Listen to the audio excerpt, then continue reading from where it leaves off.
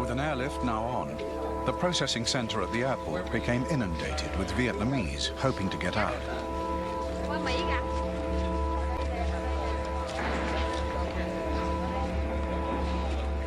Started off with just dozens, and then became hundreds, and then became thousands of people that were queuing, you know, to get screened, to get interviewed.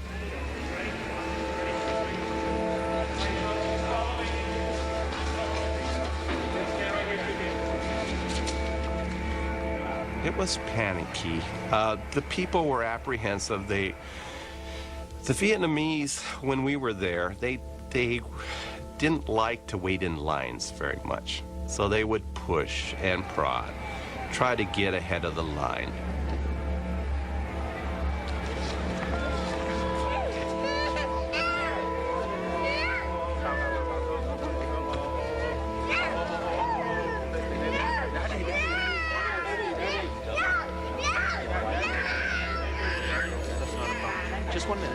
When they opened that up, I took my girlfriend and my 3-year-old stepdaughter over there, and it was still a long, drawn-out thing. It was an all-day event. Patraz was luckier than some. He was spotted by a fellow Marine working at the center. He came up to me and he said, "Sergeant Patraz, there are some no-shows on some of these flights. If you want, I'll see if I can put her on some of these flights." He came up to me and he said, "Okay, she's on the next flight out." He picked up her suitcase, put my little 3-year-old stepdaughter on his back, and he rushed up to the plane and put him on the plane and got him out of there. And he was my hero that day. I'll never forget that. The process was a little more complicated for those Vietnamese not married to an American. Each of us had to fill out the application, and the people who have seniority would leave first. I was told that when the time to come, they would come and collect me. Make sure I leave the address and have someone at the time, all the time, so they would come and collect me. I mean, I actually had a family come in one time, I remember, I think they were Chinese, Vietnamese. There must have been 75, 100 people in this one family.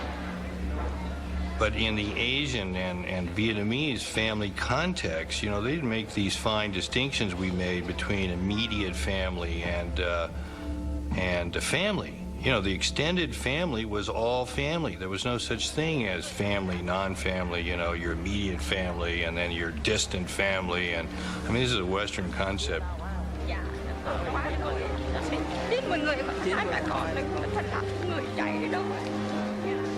I was told I could leave if I would take only 2 younger sister and brother. But I have my family who could just leave your parents, especially in Vietnam, and I was single, so I lived with my parents all my life. I couldn't think of the thought that I would take my 2 youngers and get on the plane and leave Vietnam, not knowing what would happen to my parents, and how could I? So I decided to stay so that I could take all of my family, so they kicked me further down on the list.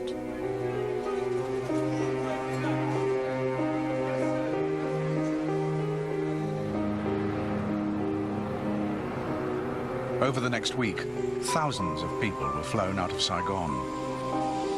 The number of sorties from Saigon to Clark Air Base has soared to 100 a day.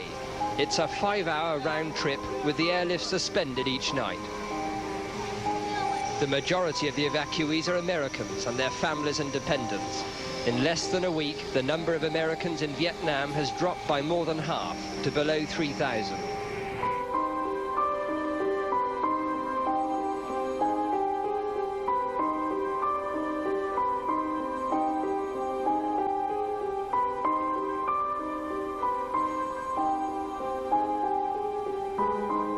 Nothing is more devastating than you come into work and you know that your boss left and not even a word to say goodbye to you, to tell you I was leaving. And you felt betrayed. You felt betrayed and you resent that kind of treatment.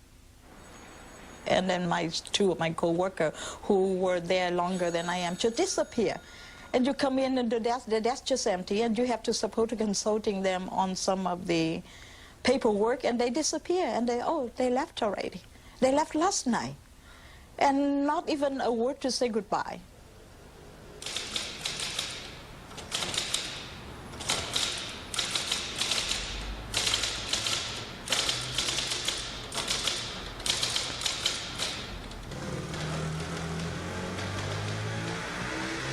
Well, the last few weeks of April, when we find out that the American and all the people that work for them leaving, that make us very resentful and hate them, because we always thought that they were going to fight with us to the very end. And you know, for a lot of us, we do believe them. You know, I mean, why not? At that time, we believe America is the most powerful country in the world. And, you know, they can send people to the moon, you know. Why not, you know, beat the communists? And, or at least, you know, guarantee that they're not, you know, invading us. And, yeah, so there's a sense of, very strong sense of resentment toward the American. But under all of this, it's a sense of like, okay, I wish we can go to America, you know.